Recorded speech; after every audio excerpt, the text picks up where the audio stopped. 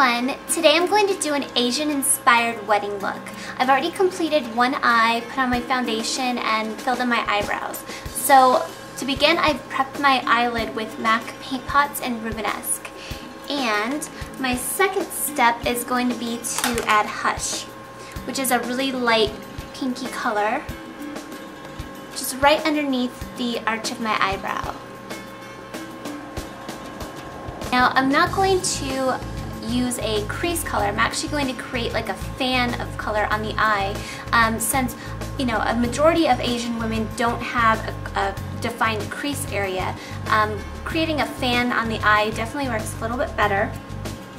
And that's of course not all Asian women, but it's a tip for maybe most Asian women. So everybody of course has a different eye shape. But I'm going to take the MAC 217 and darken the outer edge of the eye. And the color I'm using is MAC Star Violet, which is this purple here.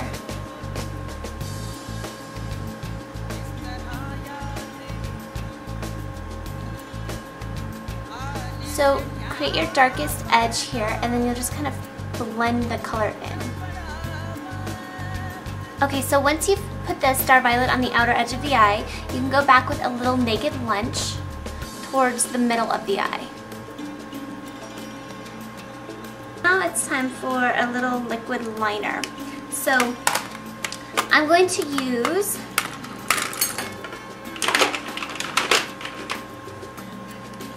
I'm going to use MAC in Liquidlast. It's the point black. And the reason I'm doing this is because a lot of my Asian clients tend to have problems with eyeliner and mascara staying. So what I like to do is use the Liquidlast because it's definitely the most durable liner I've found. And it can be a little bit more difficult to apply versus like a gel liner or a pencil. But it definitely stays throughout the entire ceremony. So the trick is to start with a little bit. So when you get your product, and you get the wand out here, you want to make sure to kind of clean it off on the sides because the product can be quite goopy.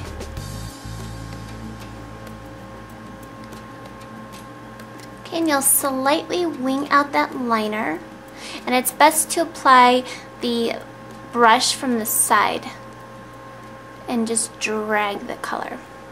Okay, and then you can even put just a little bit on the bottom because we're going to go back with a little shadow anyway. Okay, so after you've applied that, then you want to take a softer angle brush. I use the MAC 266 for powder, and I'm going to use Sketch eyeshadow. And so I'll go right on top of my line here. And again, I'm creating a fade. So as you can see from this eye, I have a little more darkness here, and then it becomes lighter.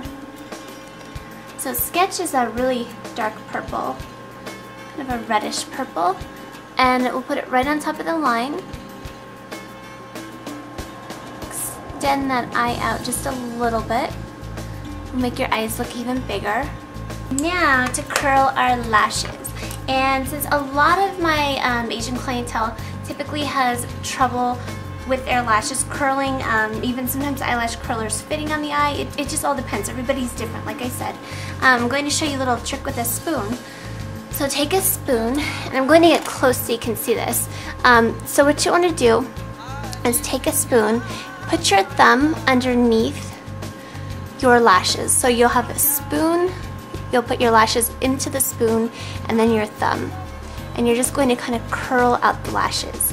And my lashes are very straight, so they definitely need help curling as well.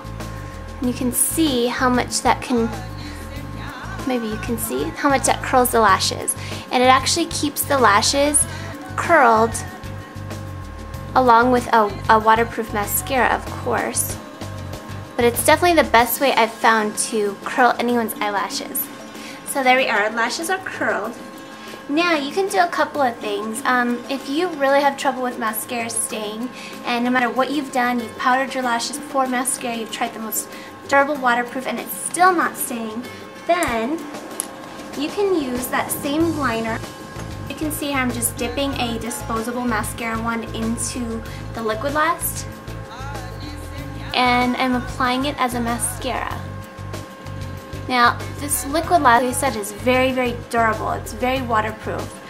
So it actually really holds the lashes tight. I'm gonna add a little more darkness under my eye, so it'll match this side here. So we'll just add a little bit of that sketch.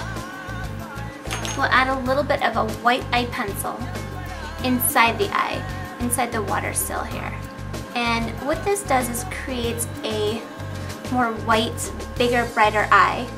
So once you've applied it inside the eye, you'll apply just a little towards the middle of the eye as well, just underneath. Take a brush and just kind of blend it out.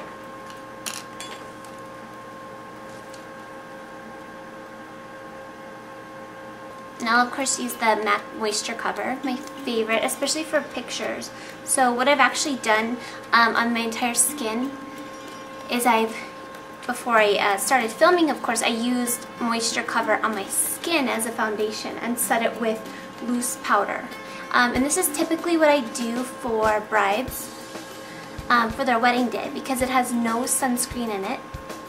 It's very natural on the skin and it photographs great.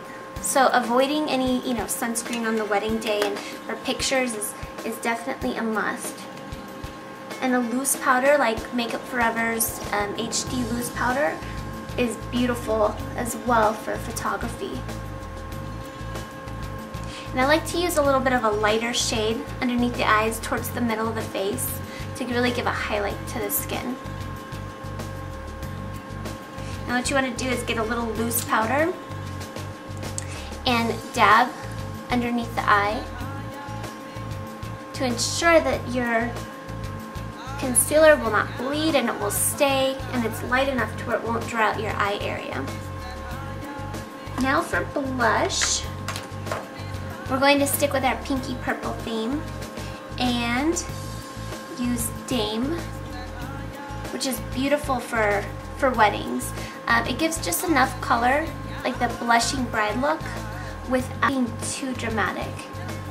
So if your skin tone is a little deeper, you can try something like Dolly Mix, very lightly. And Dolly Mix is beautiful as well. And this is Dame, and this would be the Dolly Mix for just a little bit of a deeper skin tone. I'm going to use MAC Dervish Liner.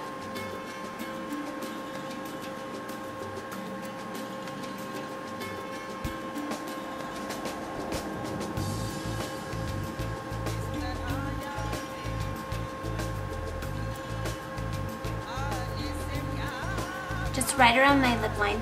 The MAC cream sticks, which are the retractable formulas, actually work the best for weddings just because they are water resistant. It doesn't wear quite as, it wears a little bit longer. So those are my all-time favorite for weddings. And then we'll do a lip color.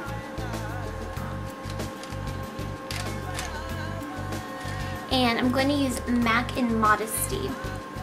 So I'm going to apply a little bit here.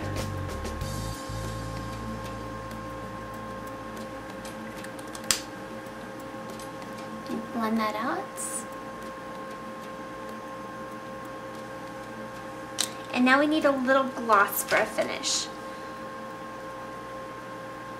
So I'm going to use Nymphette because it has a little bit of a kind of a pinky gold effect.